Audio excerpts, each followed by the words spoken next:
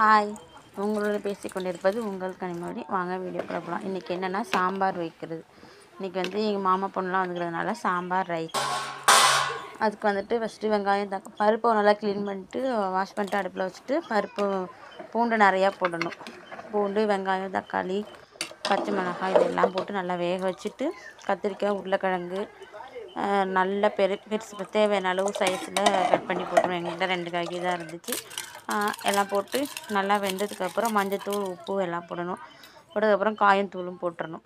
அதில் நல்லா வெந்ததுக்கப்புறம் புளி நல்லா கொஞ்சம் நிறையா புளி கரைச்சி ஊற்றணும்.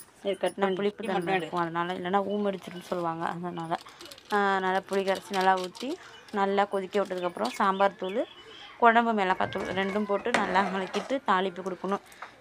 சட்டி வச்சு எண்ணெய் காஞ்சதுக்கப்புறம் கடுகு, வெந்தயம், கொத்தமல்லி, கருவேப்பிலை, பட்டை மிளகாய் போட்டு தாளிப்பு கொடுத்ததுக்கப்புறம் நல்லா கொதித்த உடனே இறக்கிடணும் சாம்பார். இது என்னென்னா நான் ரைஸும் கேஸ்லேயே சமைக்கிறேன் இன்றைக்கி.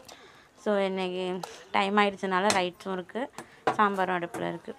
அதுக்கப்புறம் வெண்டைக்காய் பொரியலுக்கு வெண்டைக்காய் போட்டது எப்படின்னா, வெண்டைக்காய் வாஷ் பண்ணிவிட்டு தான் கட் பண்ணணும். ஏன்னா கட் பண்ணிட்டு வாஷ் பண்ணால் அதோட ஒரு வழவழப்பு தன்மை அதிகமாகிடும். அதனால் வாஷ் பண்ணிட்டு கட் பண்ணி எப்போதும் போல் பொரியல் அது இன்னொரு விளாக் போடுறேன். அப்புறம் இதுதான் அப்புறம் இன்னொன்று இட்லி சாம்பார் வைக்கிறது எப்படிங்கிறது வீடியோ போட்டிருக்கிறேன், போய் பாருங்கள். இட்லி சாம்பாருக்கும் ரைஸுக்கு சாம்பாரும் ஒரே மாதிரி தான் வரும். ஆனால் கொஞ்சம் இன்க்ரீடியன்ஸ் கொஞ்சம் அதிகம் கம்மியாக வருது, அந்த மாதிரி இருக்கும். பாருங்கள். பாய். அப்புறம் வீடியோ மறக்காமல் சப்ஸ்கிரைப் லைக் பண்ணுங்கள், ஷேர் பண்ணுங்கள். மறக்காமல் சப்ஸ்கிரைப் பண்ணுங்கள். பாய்.